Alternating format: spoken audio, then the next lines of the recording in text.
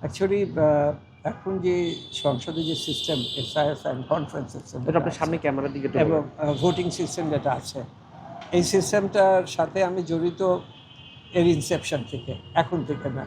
যখন মানে এর আগে যে পুরনো সংসদ ভবন ছিল তখন থেকে আমি এর সাথে জড়িত। প্রথমে ছিলাম ফিলিপসের সাথে, ফিলিপসের ইঞ্জিনিয়ার হিসেবে আমি এটা করেছি। আর তারপরে আমি 1994 সাল থেকে আমার নিজের কোম্পানি যে কমিউনিকেশন টেকনোলজি লিমিটেড থেকে করছি। এবং এই কাজটা আমরা সুনামের সাথেই করে আসছিলাম এবং বারবার টেন্ডার হয়েছে, এভরি 10 ইয়ার্স টেন্ডার হয়েছে, টেন্ডারে পার্টিসিপেট করছি, করে কাজ পেয়েছি এবং কাজ করেছি, কারণ আমাদের এক্সপার্টাইজ গ্রো করেছে এইটাতেই। এবং 2024 সালের 5 আগস্টে যখন সবাই ঢুকে গেছিলো হলের ভিতরে, তখন আপনার সমস্ত মাইক্রোফোন ভেঙে ফেলেছিল, হেডফোন চলে গেছিল এবং কিছু কিছু ইউনিট ড্যামেজ করা হয়েছিল। পরে ওইটা আমরা পরীক্ষা করে দেখলাম যে কি কি নষ্ট হয়েছে, কী হয়েছে, এটা সারা যাবে কি না। এবং এটা আমরা দেখে আমরা একটা প্রাক্কলন তৈরি করে দিই যে এই জিনিসগুলো লাগালে এটা ঠিক করা যাবে। তারপরে সেই প্রাক্কলনটার অনুসারে একটা টেন্ডার হলো। টেন্ডারে আমরা লোয়েস্ট হতে পারি নাই, আমরা 4 কোটি টাকা আমরা হয়তো দিয়েছিলাম, 3,99,00,000 সামথিং। আর একজন 3,82,00,000 টাকা দেওয়াতে তাকে কাজটা দিয়ে দেওয়া হয় এবং সেই কোম্পানি কাজটা করে। একদম শেষ পর্যায়ে ডিসেম্বর মাসে এসে তখন আমাদেরকে অনুরোধ করা হয় আমরা যেন কমিশনিংটা করে দিই, কারণ কমিশনিং করার মতন তাদের কোনো ক্যাপাবিলিটি, সক্ষমতা ছিল না তারা। তো ডিসেম্বর মাসে ওই যে কোম্পানি কাজ পেয়েছিল তাদের সাথে আমরা একটা চুক্তি করে আমরা 26 লাখ টাকায় এই সফটওয়্যার সরবরাহ করা এবং কমিশনিংয়ের কাজটা আমরা করে দিই।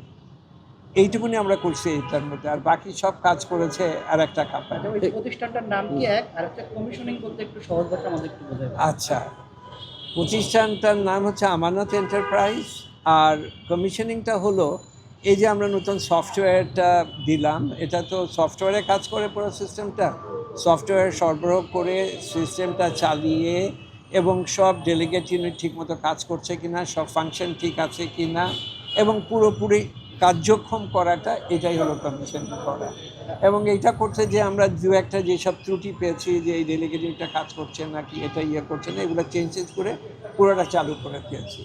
আমাকে ওনাদের কাছে কোথাও থেকে অনেক কমপ্লেন এসছে যে আমরা এই কাজ করে বহুত টাকা এখান থেকে সরিয়েছি এবং আমরা দেশের বাইরে পাচার করেছি।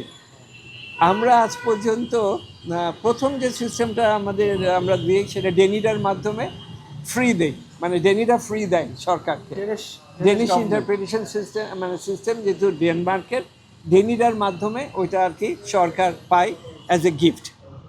তারপরে আমরা আর 3টা সিস্টেম ইনস্টল করেছি, তার মধ্যে পুরোনোটার ইয়েটা আমার এক্স্যাক্ট মনে নাই, বাট 2021 সালে যেটা করেছিলাম ওটা 8 কোটি টাকার কাজ, টোটাল সিস্টেম চেঞ্জ করা হয়েছে 2021 সালে। এবং তার আগে একটা করেছিলাম বোধহয় 2000, মানে তার 10 বছর আগে হবে এরকম, 2014 কি এরকম সময়, সেটার ভ্যালু ছিল 4 কোটি টাকা।